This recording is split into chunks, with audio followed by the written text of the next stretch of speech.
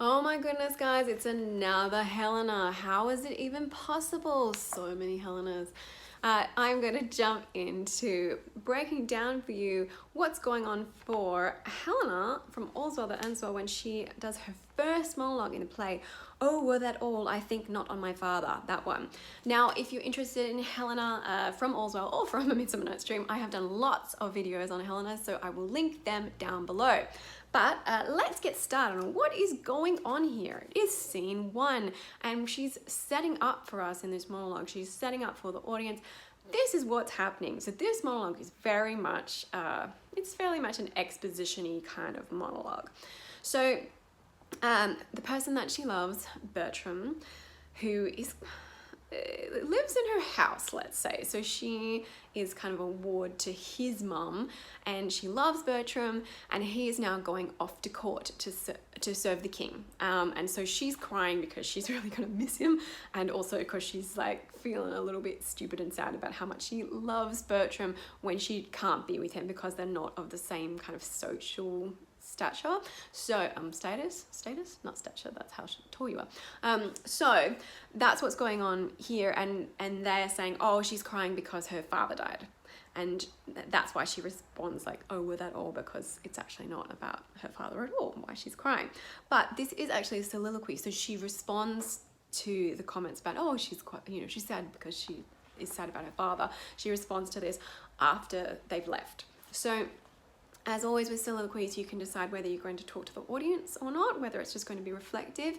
I would say that this is a good opportunity to talk to the audience because it's an expository, is that a word? An exposition monologue where you're explaining things to the audience, like this is what's happening. You may as well just look them in the eye and tell them, and that can make it a little bit more dynamic as well, I think, because this monologue, it's easy for her to come off a little bit kind of sad sacky.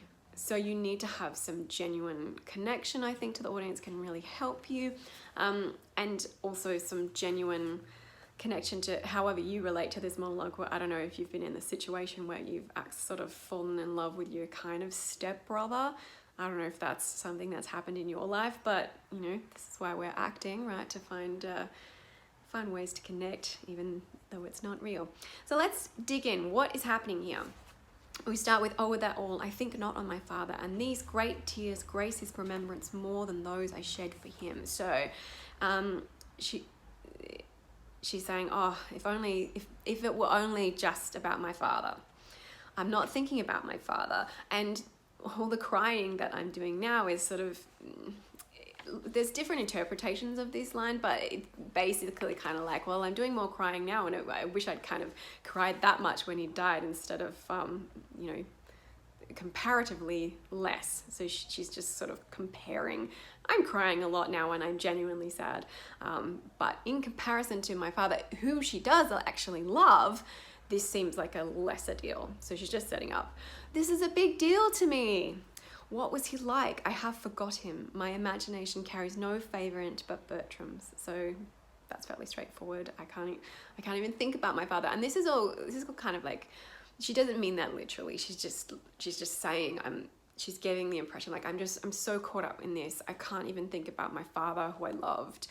All I can think about is Bertram. I am undone. So this is kind of like the next, I would say, beat or the next step along. She's saying, I am undone. And that, I would say that's a really good opportunity for you to connect, because she genuinely is like, I am screwed is what that means. Like I am ruined because this is never going to work out. And I love this guy so much, and it's just never going to work. I am undone. There is no living, none if Bertram be away. So that's how she feels. It's like, and this feels kind of Juliet. It feels kind of doomed lovers-ish, which is interesting. And I wonder if Shakespeare was maybe kind of trying to set us up for like a star-crossed lovers kind of thing, or, the unrequited love situation, which is sort of what it's about. But very, very different, because Bertram is, as I've discussed before, a jerk and has no interest in her. And plays out in quite an interesting way in the play. I won't get into that now. Anyway, I am undone. There is no living, none if Bertram be away. 'Twere all one that I should love a bright particular star and think to wed it, he is so above me. So basically, I may as well be in love with the moon or something, because he's so above me. Doesn't mean like a star is above you. It means like in status, in social status, in class, he is above her. And I think as well, she does tend to kind of belittle herself a lot, quite often. So she's probably playing on that a little bit in the wordplay of being like, he's above me and that he's amazing and I'm a little mouse and blah, blah, blah. Interesting stuff to think about. You don't necessarily have to play that out loud, but stuff to think about. In his bright radiance and collateral light must I be comforted, not in his sphere. So this is all to do with the star again. So this is linking onto that star reference. She's saying, in his bright radiance and collateral light must I be comforted, not in his sphere, being basically like I have to hang around the periphery and just love being on the edge of it and not right next to him. The ambition in my love thus plagues itself. The hind that would be mated by the lion must die for love.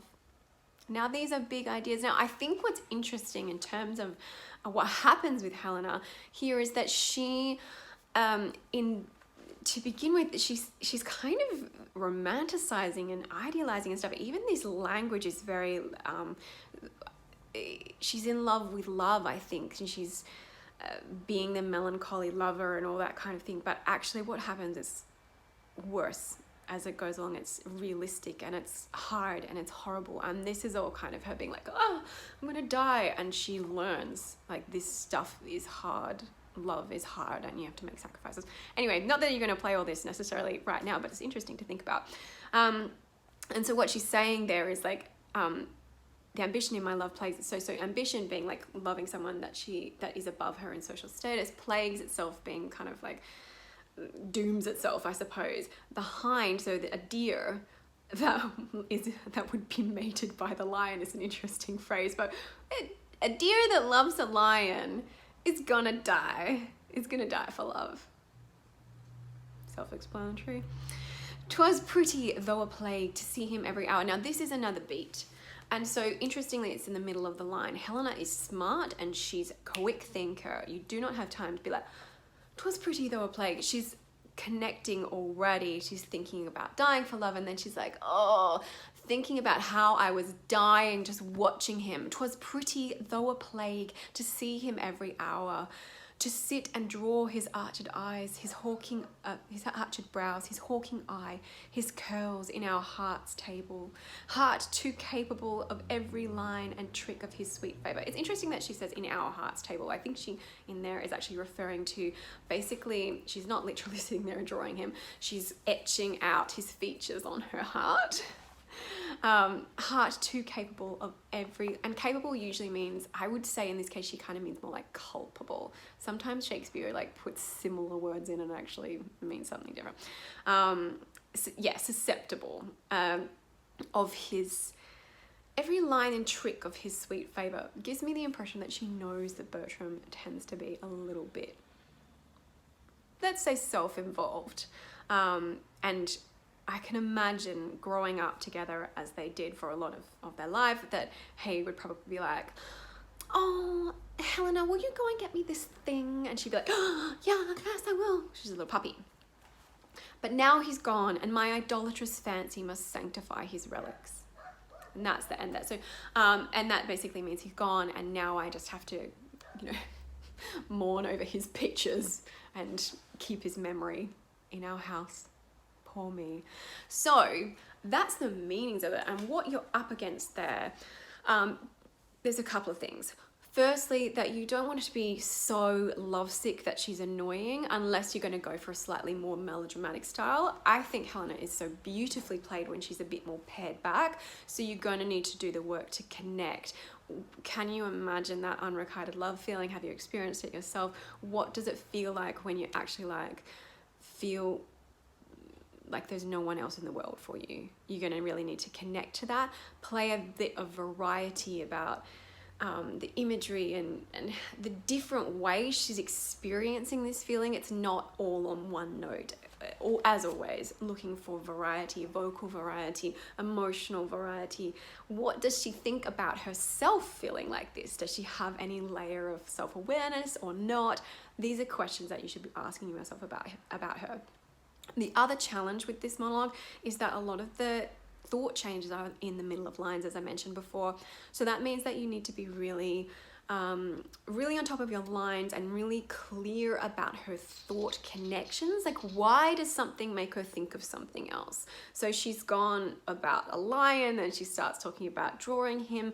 You can't just be on stage going like, oh, now I'm talking about this, and now this, and now that. For some reason that connected in her mind, and you might even create a reason for yourself. Like maybe when she thinks of the deer and the lion, she thinks of someone, you know, like a painting of a deer and a lion, and that makes her think of like drawing him or whatever. Like whatever the reason is, you can make that up, because it's not generally the director or whoever's auditioning you is not going to be like, what made you think of that? Unless it's an exam or something, maybe, don't know. But you need to make the decisions for yourself and make it clear, write it down on your script, and rehearse that in. As you're rehearsing, think, that makes me think of this, and then I go and I talk about this. It will also help you remember your lines, so that's lucky. Right, and they're the big ones for her, for this monologue. This is a good monologue if you just need something, even if you're auditioning for Juliet maybe and you wanted something similar that's a little bit, it's a slightly slower monologue, so you're going to want to make sure you've got energy in there, making sure it's not getting too low energy is a big one. So make sure your vocal warm-up's done and you know how to open up. And think about who you're talking to. If you decide to talk to the audience, can you imagine that like the audience is your best friend and you're actually telling them like, this is my secret, maybe someone that you trust, or what happens if you imagine that it's someone that you don't trust, that's judging you? What would happen to your performance then? These are things, really fun things to play with, and they're the main things. Please let me know if you have questions. But if you are interested in more dramatic stuff, check out the other Helena monologues, because she gets dark and punchy later. This one's lighter. Yeah, good if you're auditioning for Juliet or Hero or something like that.